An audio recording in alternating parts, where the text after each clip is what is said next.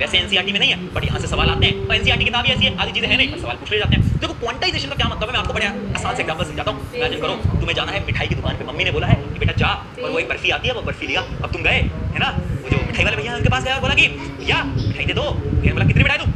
बोला भैया वो 22.3333 ग्राम्स ऑफ मिठाई दे दो। भैया क्या करेंगे?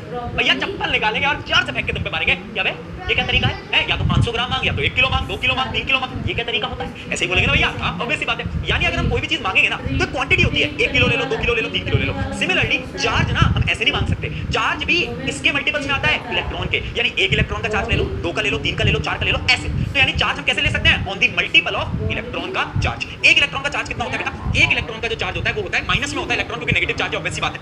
1.6 × 10⁻⁻19 कूलम, ये क्या होता है? ये 1 इलेक्ट्रॉन का चार्ज। और क्वांटाइजेशन ऑफ चार्ज क्या होता है? डेफिनेशन याद करने की कोई जरूरत नहीं, क्योंकि एनसीईआरटी में डेफिनेशन कोई नहीं पूछता। आप बस इतना याद कर लो कि अगर किसी भी बॉडी का चार्ज तुम्हें बोलना है तो तुम किस फॉर्मूले से रिप्रेजेंट करोगे?